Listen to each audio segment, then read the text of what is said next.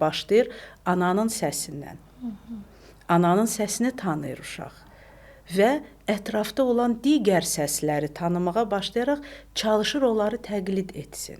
Bu yaş dövrü, məktəbə qədər yaş dövrü önəmli bir dövrdür. Bu yaş dövründə məhz nitq inkişaf edir, formalaşır. Mən uşağım 3 yaşındadır, müəyyən səsi tələffüz etmir, ay deyəcək məsələsi olmamalıdır. Bu zaman etkisidir. Bağçaya göndər, o düzələcək. Uşaqlarla nitq zamanı, ünsiyyət zamanı onun nitqi daha da açılacaq.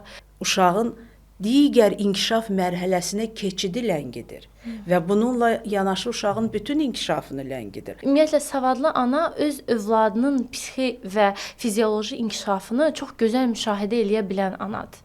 Uşağın nitqində olan hər hansı bir problemi ana onunla ünsiyyətdə olduğu zaman bilir. Uşağı qaşıqla, blenderdən keçən yeməklə yedizdirməsinlər. Uşaq özü qaşıqla yesin. Qida diri formada ağzına getməlidir. Uşağın nitq aparatında o fırlanaraq əzəllərə toxunmalıdır. Fəallaşdırmalıdır nitq üzvlərini. Erkən yaşlarda bu məsələyə biraz diqqət ayırsalar, sonraki yaş dönəmlərində onlar daha rahat bir həyat gözləyir.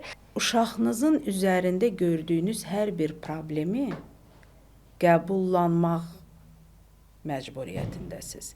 Niyə görə? Ona görə ki, siz onu qəbul etdiyiniz halda siz uşağınıza dəstək ola biləcəksiniz. Düzgün istiqamətdəsiniz. Demirəm asan yoldur. Təbii heç bir nailiyyət, yaxşı, yüksək nailiyyət asan yolla əldə olunmur. Bu bizim gələcəyimizdir, dövlətimizin, millətimizin gələcəyidir.